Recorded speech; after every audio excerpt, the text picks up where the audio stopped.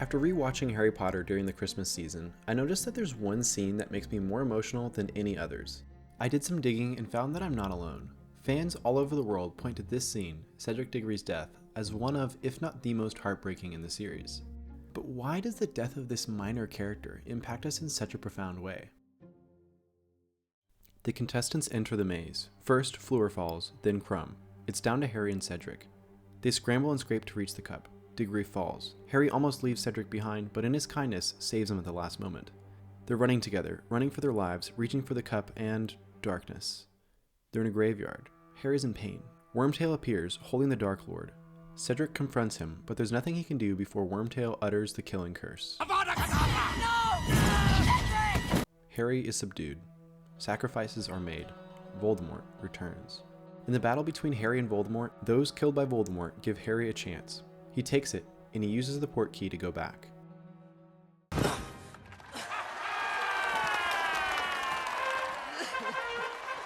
At first, there's a second of confusion for the audience. Why are these people cheering? Cedric's dead. Voldemort has returned. Then it hits us. No one knows what's just happened.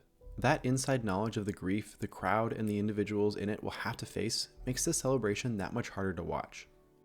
Finally, someone notices. Cedric Diggory, a son, boyfriend, student, competitor, and friend, has died. As devastating as it is that this promising young man has breathed his last, it's more than just that, because he's more than just any young man. Out of all the qualified students, the Goblet of Fire chose Cedric.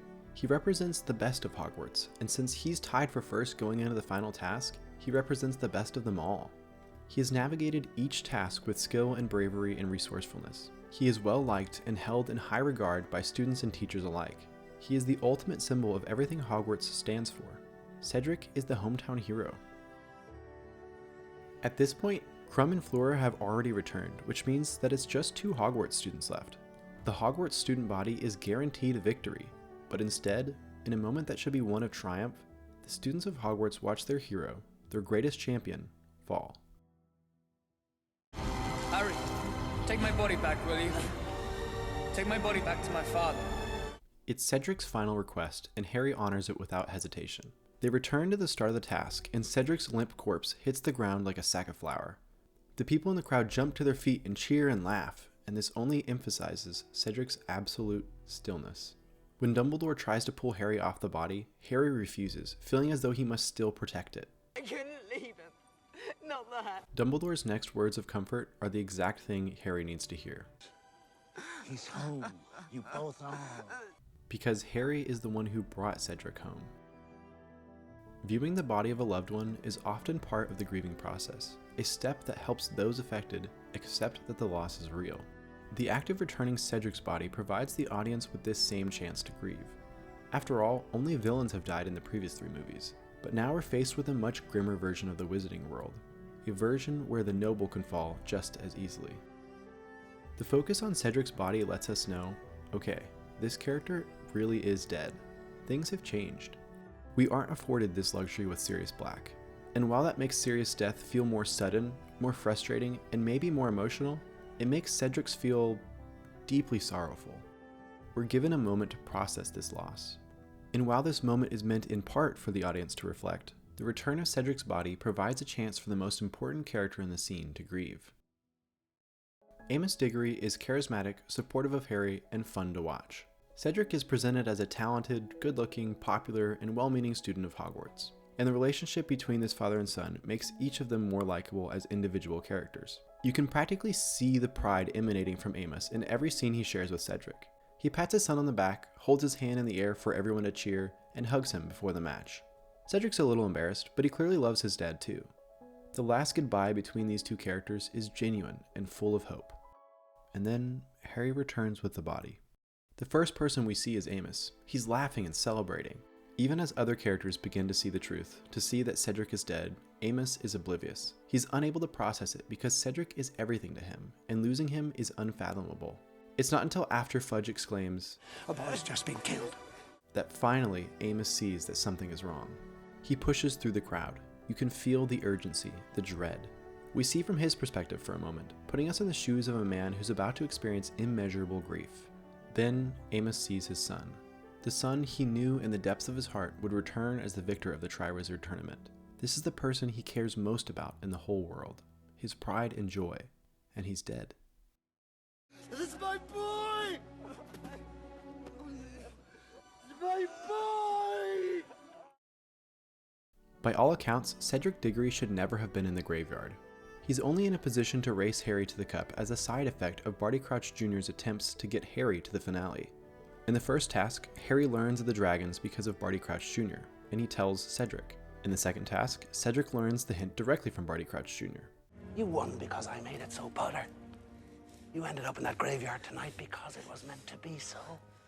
The opposite can be said of Cedric Diggory. He ended up in the graveyard because of Harry.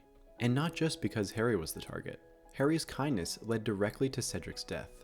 Harry doesn't hesitate to tell Cedric of the dragon and put him on equal footing for the first task. Cedric only wins the second task because Harry paused to help Fleur's sister. During the final task, Cedric falls while the two race to the cup. Harry almost runs on, but he can't stand watching Cedric struggle against the vines. Again, his kindness wins out and he helps free the older boy. At last, they reach the cup. Cedric defers to Harry in humility, acknowledging that Harry saved him. But Harry, kind even in victory, says, "Together." As if to emphasize how out of place Cedric is in the graveyard, which is a direct result of Harry's continued kindness, Voldemort commands Wormtail to kill the Spare. Who are you? What do you want? Kill the Spare! While Harry knows that ultimately Wormtail killed Cedric, he also knows that Cedric was only there because of him. Harry is never the same after this moment. It ages him and matures him in a way that only death can. This is Harry's first acute loss. He's grown up without parents, but he doesn't remember their deaths like this. More than that, it's the first time Harry loses. He beat Quirrell, defeated the Basilisk, and freed Sirius, but here he suffers a loss to Voldemort. Even his supposed victory of the Triwizard Tournament means nothing because it was rigged from the start. Harry Potter Folklore has a video about how this scene changes the landscape of the Harry Potter series, and he's right.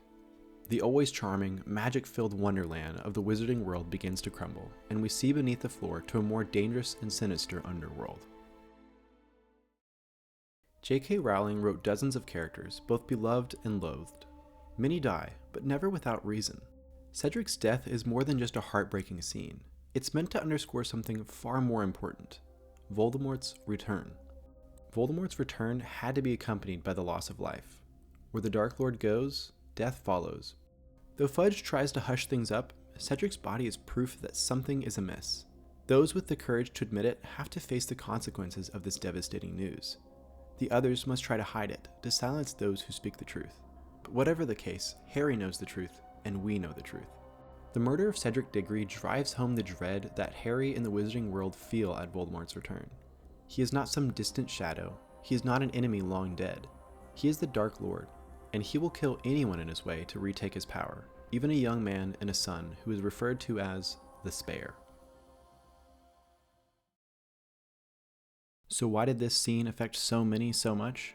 It's because Cedric Diggory's death is more than just the loss of a side character. It represents the crushed hopes of Hogwarts, the grief of a loving father, a loss of innocence in the wizarding world, a harrowing defeat, and the return of a dreaded enemy. Thank you for watching. If you enjoyed this video, maybe leave a like. If you want to see more content about the storytelling in your favorite movies, books, shows, and games, consider subscribing. And let me know, what story should I talk about next?